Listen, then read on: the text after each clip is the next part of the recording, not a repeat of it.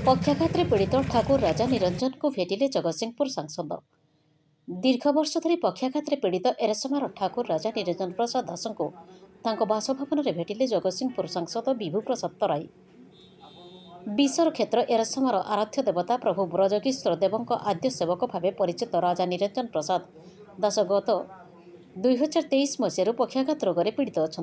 खबर पाई जगतसिंहपुर सांसद विभू प्रसाद तराई रविवार सन्धार राजा निरंजन को भेटी आशु आरोग्य कामना करिसेंते।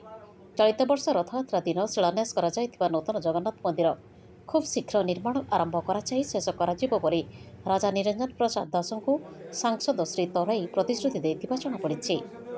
सांसदों सह बालिकुदा एरसमा बीजेपी नेता सत्यसारथी महांती, जिला बीजेडी सभापति प्रताप मिश्र, बीजेपी नेत्री निरुपमा स्वाई, नरसिंह साहू, सांसद प्रतिनिधि जटाधारी स्वाई, निराकर स्वाई, अमरेन्द्र दलाई और नेत्रानंद बेहेरा प्रमुख ठाकुर राजा स्वास्थ्यावस्था पचारि बुझिथिबा देखाଯାଇଛି। जगतसिंहपुर एरसमारू संतलता साहू सहित तन्मय करसाटी रिपोर्ट सोनम न्यूज।